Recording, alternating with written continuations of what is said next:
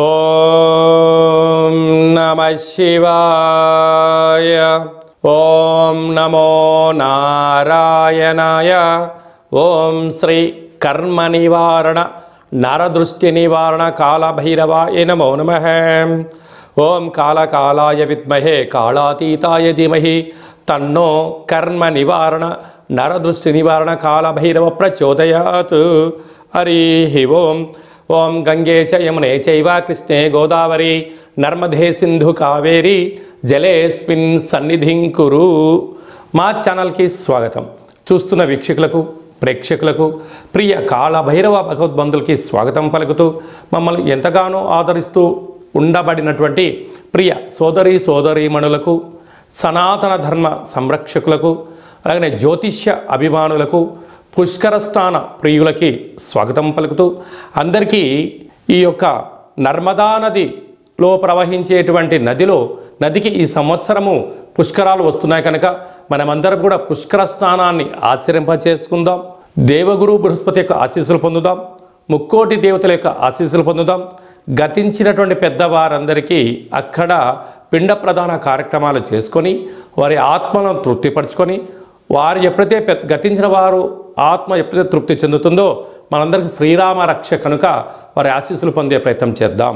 1/5/2024 నుండి 15/5/2024 వరకు పుట్టినటువంటి వారందరికీ కూడా ముందస్తుగా జన్మదిన శుభాకాంక్షలు. గతంలో వివాహం చేసుకున్న వారికి వివాహ వార్షికోత్సవ శుభాకాంక్షలు. ద్వాదశ రాశుల్లో గ్రహ గమనాన్ని ఒకసారి వీక్షింపచేద్దాం. మేషరాశిలో రవి మరియు శుక్ర సంచార స్థితి. ఏడాది తర్వాత గురు భగవానుడు సంచారం చేయడం, 12 సంవత్సరాల తర్వాత గురు భగవానుడు వృషభ రాశిలో సంచారం చేయడం, కన్యరాశిలో కేతు సంచార స్థితి, కుంభరాశిలో శనైశ్వర స్వామివారు స్వక్షేత్ర సంచార స్థితి, మీనరాశిలో కుజుడు బుధుడు రాహు సంచార స్థితితో ద్వాదశ రాశుల్లో గ్రహ గమనాలు ఈ విధంగా ఉన్నాయి. కన్యరాశి వారు చైత్రమాస అమావాస్య రోజున ఎలాంటి విధులను పాటించాలో ఈ వీడియోలో సవివరంగా సంపూర్ణంగా తెలుసుకుందాం. కన్యరాశిలో ఏ నక్షత్రాలు వస్తాయనగా ఉత్తరా నక్షత్రంలోని 2, 3, 4 పాదాలు, హస్త నక్షత్రంలోని 4 పాదాలు, చిత్తా నక్షత్రంలోని 1, 2 పాదం కలిపితే కన్యరాశి. చాలామందికి పుట్టినటువంటి కాల సమయంలో డేటా ఆఫ్ బర్త్లు లేనటువంటి వారికి పేరు యొక్క మొదటి అక్షరాన్ని అనుసరిస్తూ ఆ రాశిని తెలుసుకునే ప్రయత్నం చేద్దాం.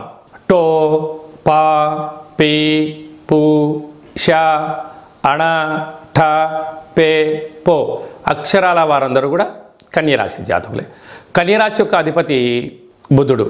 వీరికి 12 సంవత్సరాల తర్వాత భాగ్యస్థానంలో గురువు సంచారం చేయడం వీరికి చాలా అదృష్టంగా భావించగలగాలి.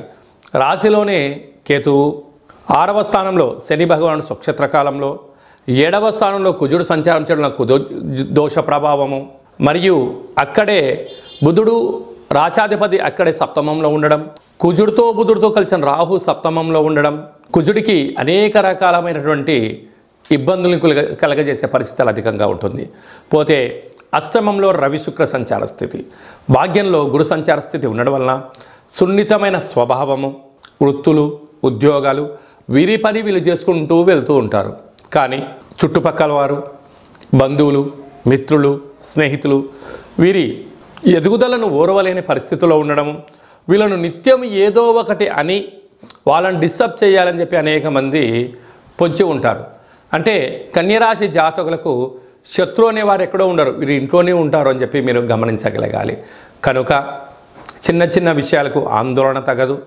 చదివి, వృత్తులు, ఉద్యోగాలు, వ్యాపారాలు, ఆధ్యాత్మిక చింతనగా మీరు ఉండగలిగినట్లయితే, మీ మనసు మాట మీరు వినగలిగినట్లయితే అన్నింటా విజయం మీ సొంతమవుతుంది. కుజదోష ప్రభావం కారణం వలన మీ జన్మ నక్షత్రం రోజున పూర్ణిమ అమావాస్య తిథులందున దూరావాయు జల ప్రయాణాలు పెట్టుకోవద్దు. ప్రమాదాలు పొంచి ఉన్నాయి. అది వాహన ప్రమాదాలు, జంతు ప్రమాదాలు, జల ప్రయాణాలు పొంచి ఉన్నాయి. కనుక ఇలాంటి కాల సమయంలో అమావాస్య రోజున ఇంట్లో వీలైతే ఒక కూష్మాండ దీపాన్ని వెలిగించి కాళభైరవ స్వామిని స్మరణ చేయడము, పెసరపప్పుతో కూడుకున్న నైవేద్యం ఏర్పాటు చేయడం వలన వీరికి అష్టమంలో రవి, సప్తమంలో కుజ దోషం తొలగిపోతుందని చెప్పి గమనించాలి. వ్యవసాయ సోదరీమణులు, గృహ భవన నిర్మాణ కార్యక్రమం చేసేవారు, స్వయం వృత్తులు, సేవా రంగాల వారందరికీ ఇది చాలా ఓపిక అవసరమని చెప్పి గుర్తుపెట్టుకోవాలి. మే నెలలో ముఖ్యమైనటువంటి పండుగల గురించి క్లుప్తంగా తెలుసుకుందాం. 1వ తారీఖు నుండి 12వ తారీఖు వరకు నర్మదా నది పుష్కరాలు. ఈ నర్మదా నది ఎక్కడ పుడుతుంది అంటే మధ్యప్రదేశ్లోని అమర్కంఠ్ అనే ప్రాంతంలో జన్మించి ఓంకార క్షేత్రం మీదుగా ప్రవహిస్తూ అంతర్ధానమైపోయే పరిస్థితి ఉంటుంది. అనేక నదులలో కలిసే పరిస్థితి ఉంటుంది. కనుక వీలైతే మనం అమర్కంఠ్ వెళ్ళడం, లేదు ఓంకార క్షేత్రం వెళ్ళి అక్కడ స్నానం చేసి గతించిన పెద్దవారికి పిండ ప్రదానాలు చేయడం వలన మనకంతా మంచి కలుగుతుంది. పెద్దవారి యొక్క ఆశీస్సులు, గతించిన వారి యొక్క ఆశీస్సులు మనకు శ్రీరామ రక్ష అని చెప్పి గమనించాలి. వెళ్ళగలిగితే పుష్కర స్నానం చేయడము చాలా మంచిది. మనిషి జీవితంలో కింద 16 పనులు పైన 16 పనులు ఎలా ఉంటాయో షోడశ అంటారు. అంటే 16 పుష్కర స్నానాలు చేయగలిగితే ఆ వ్యక్తికి పరిపూర్ణ జీవితము అనేటువంటి ఉంటుంది. 32 పుష్కర స్నానాలు చేయగలిగితే ఆ వ్యక్తికి ధర్మాత్ముడు, గుణవంతుడు, ఆయుష్యవంతుడు, ఆరోగ్యవంతుడు అవుతాడని చెప్పి మనకు వేదం చెప్తుంది. అదే కాకుండా దశదానాలు చేయడం యోగదాయకం. కనుక మనమందరం వెళ్ళి పుష్కర స్నానం చేసి దేవగురు బృహస్పతి యొక్క ఆశీస్సులు పొందుతాం. ఈ యొక్క నదికి మళ్ళీ తిరిగి 12 సంవత్సరాల తర్వాతనే మళ్ళీ పుష్కరాలు వస్తాయి. కనుక ప్రస్తుత కాలమానంలో మనం ఉన్నాం కనుక మనమందరం వెళ్దాం, నర్మదా నది పుష్కరాలలో స్నానం చేద్దాం, భగవంతుడి యొక్క ఆశీస్సులు పొందుదాం. అలాగనే వెళ్ళలేనటువంటి వాళ్ళు ఎవరైనా ఉన్నట్లయితే మీ యొక్క గోత్రనామాలు, మీ పేర్లు వాట్సాప్ ద్వారా పంపించగలిగినట్లయితే, గతించిన వారి యొక్క తిథిని అది పంపించగలిగినట్లయితే నర్మదా నదిలో పిండ ప్రదానాలు, పుష్కర స్నానాలు, అలాగనే కాళభైరవ హోమ కార్యక్రమాలు అక్కడ చేయడం జరుగుతున్నాయి. కనుక మీకు ఆ నర్మదా నది నుంచే వాట్సాప్ ద్వారా ప్రత్యక్ష ప్రసారాన్ని చేయించి చూపించి ప్రసాదంగా మీకు ఆ నర్మదా పుష్కర జలాన్ని మీకు కూడా అందజేయడం జరుగుతుంది. ఆసక్తి గలవారు ఈ కిందని మనం సంప్రదించి పుష్కర స్నానానికి సంబంధించినటువంటి వివరాలు తెలుసుకొని మనము పుష్కర స్నానాన్ని ఆచరింపచేద్దాం, ధర్మాన్ని కాపాడుకుందాం, భగవంతుడి యొక్క ఆశీస్సులు పొందుదాం. ఇంకనూ మనం విజయం సాధించగలగాలి అన్నట్లయితే ఈ యొక్క పాత్ర కంచు పాత్ర అంటారు. ఈ యొక్క పాత్రలో 12 రాసులు అచ్చు వేయడం జరుగుతుంది.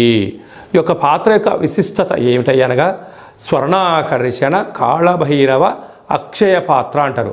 అక్షయము అనగా నశించబడినటువంటిది. ఒక్కసారి చూద్దాం.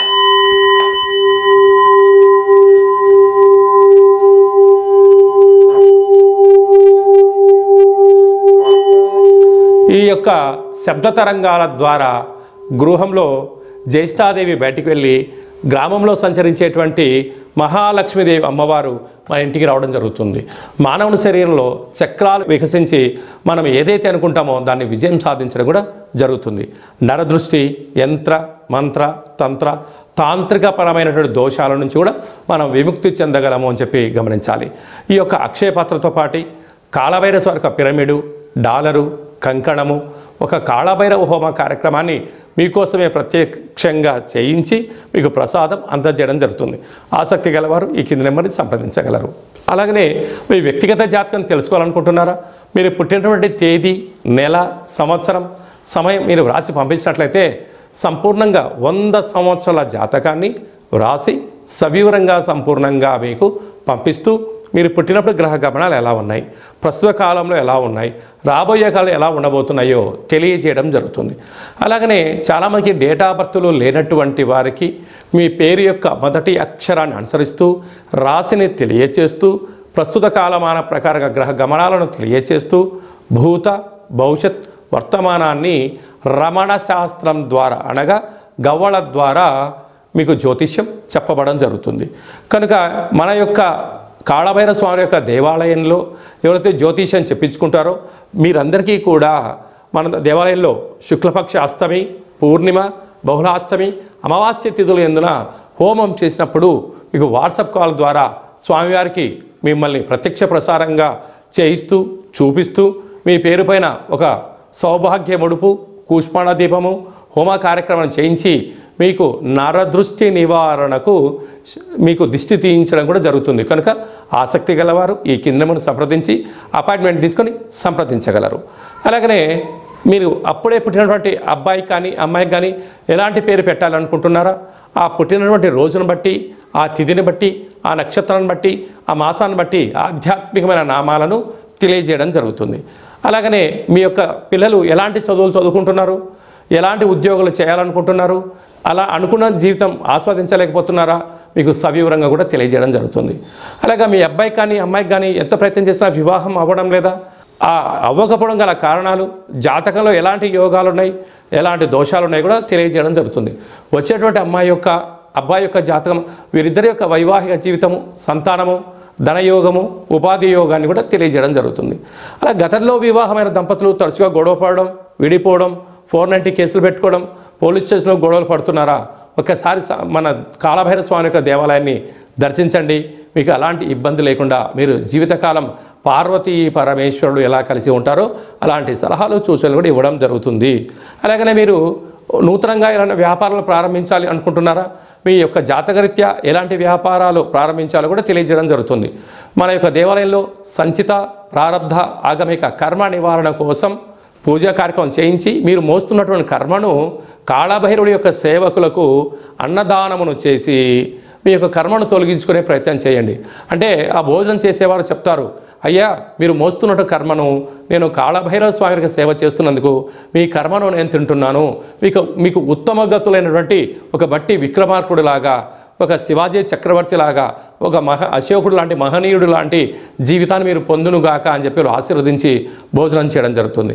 కనుక మీ యొక్క కర్మను తొలగించుకునే ప్రయత్నం చేయండి, భగవంతుడి యొక్క ఆశీస్సులు పొందగలరు.